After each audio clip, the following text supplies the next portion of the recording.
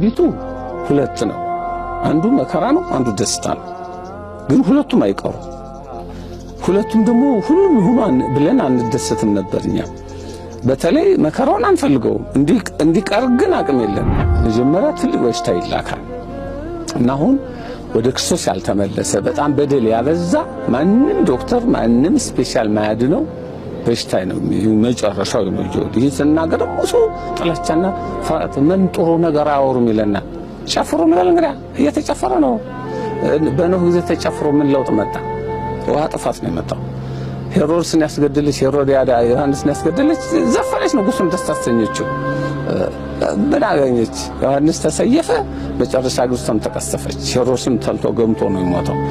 ዘፈን ጭፈራ ምናምን በዛ እና አሁን ይህንን ንስሐ አባትም ጳጳሳትም ካህናትም ትኩረት ሰጥተው እናት አባትም በጣም ትኩረት ሰጥተው ጋብ ማድረግ አለባቸው። አሁን ነው በአራቱ ማዕዘን ጦርነቱ እንደሚመጣው ሁሉ በሽታውም እንደዚሁ ይመጣል።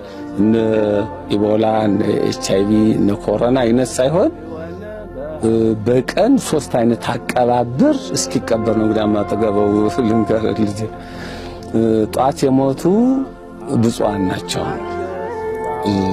ቀባሪ ያገኛሉ በቤተክርስቲያን።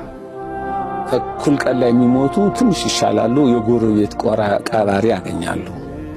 ከሰዓት የሚሞቱት ግን ሁሉም በየቤቱ ይሞታል። አረና ማቃብሬ አረ እኔም እኮ ሞቶብኝ ማልቀስ የለም ግን ይደክማል፣ ቀባሪውም ይደክማል።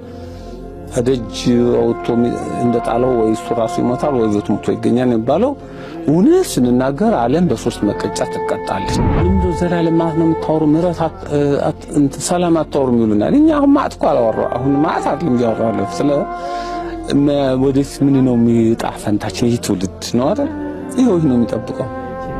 ብዙ በደሎች አሉ። አሁን የሚከውነው ሞት ነው። በቃ መዘጋጀታል ብለው ሞት ሰው ግድ ለጽድቅ ብቻ አይደል ሌላ ሞት የሚዘጋጅ ምን አገባኝ። ለጽድቅ ይዘጋጅ ለኃጢአት ይዘጋጅ አንልም። ሞት ግን ለጽድቅም ለኩነኔም አማካዩ እሱ ነው። ስትሞት የት ነው ማን የፈጠረኝ? አሁን ምን እያረኩ ነው? አልሞትም ወይ እውነት አልሞትም ወይ ማለት አለበት ሰው። መዓቱ ሳያልፍ ያቺ ደህና ቀናት መጣ ግን ደርሷል።